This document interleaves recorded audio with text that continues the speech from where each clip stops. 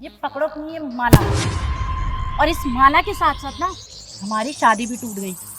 आज के बाद ना हम एक दूसरे से नहीं मिलेंगे, हमारा रिश्ता यहीं खत्म, समझे तुम? अरे तुम पागल हो गई हो क्या? अभी भी तुम्हारी शादी हुई है तो अचानक से क्या हो गया जो तुम शादी तोड़ रही हो?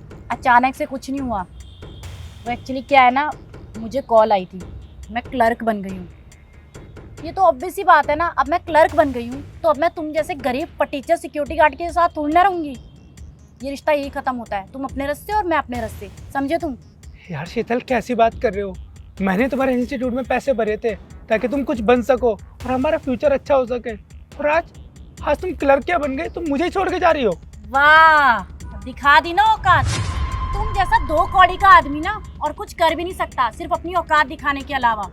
और वैसे भी अगर मैं तुम्हारे साथ रही ना और मैं क्लर्क बन गई, मेरे ऑफिस में तुम ऐसे हालात में आए तो लोग मेरा मजाक बनाएंगे कि देखो ये टीचर सिक्योरिटी गार्ड इसका पति है। और हाँ, ये जो बार बार मुझे गिनवा रहे हो ना कि तुमने मेरी हेल्प करी, इतने पैसे लगे, उतने पैसे लगे हैं, बता देना कितने पैसे लगाए तुमने, तुम्हारे मुंह पे फेंक के मारूंगी, समझे तुम?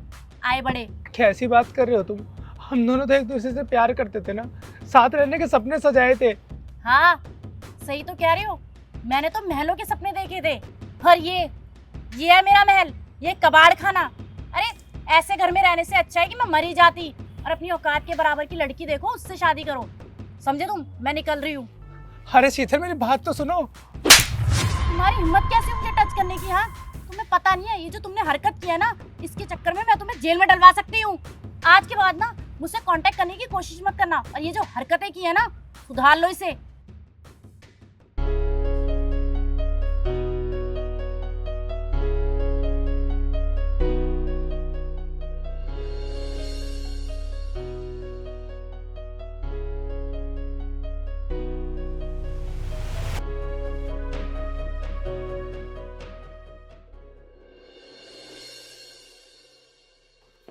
अरे मैम रुके तो। मुझे जाने दो।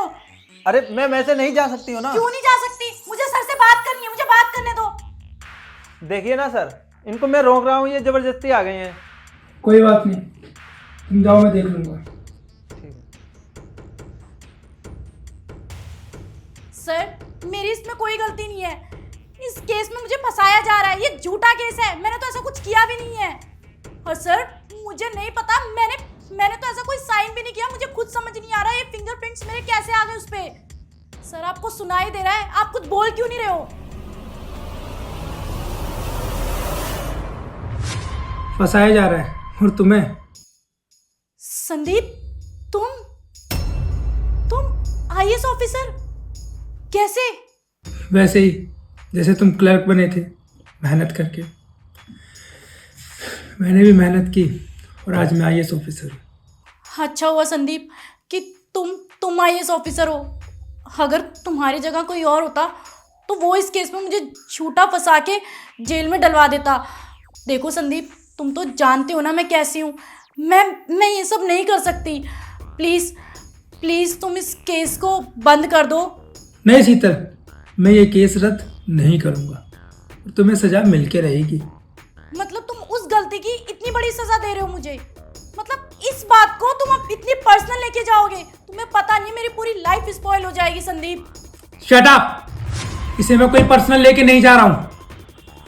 जो सजा तुम्हें मिलनी चाहिए ना, बस वही दिलवाऊंगा तुमको।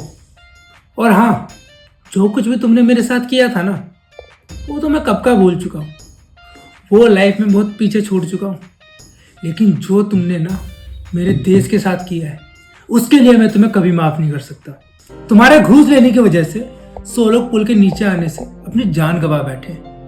और क्या कहा तुमने कि इसमें तुम्हारा हाथ नहीं है? सीसीटीवी चेक की थी मैंने, तुम खुद साइन कर रहे थे, तुमने खुद फिंगरप्रिंट दिए और तुमने खुद उस टेंडर को अलाउ किया था।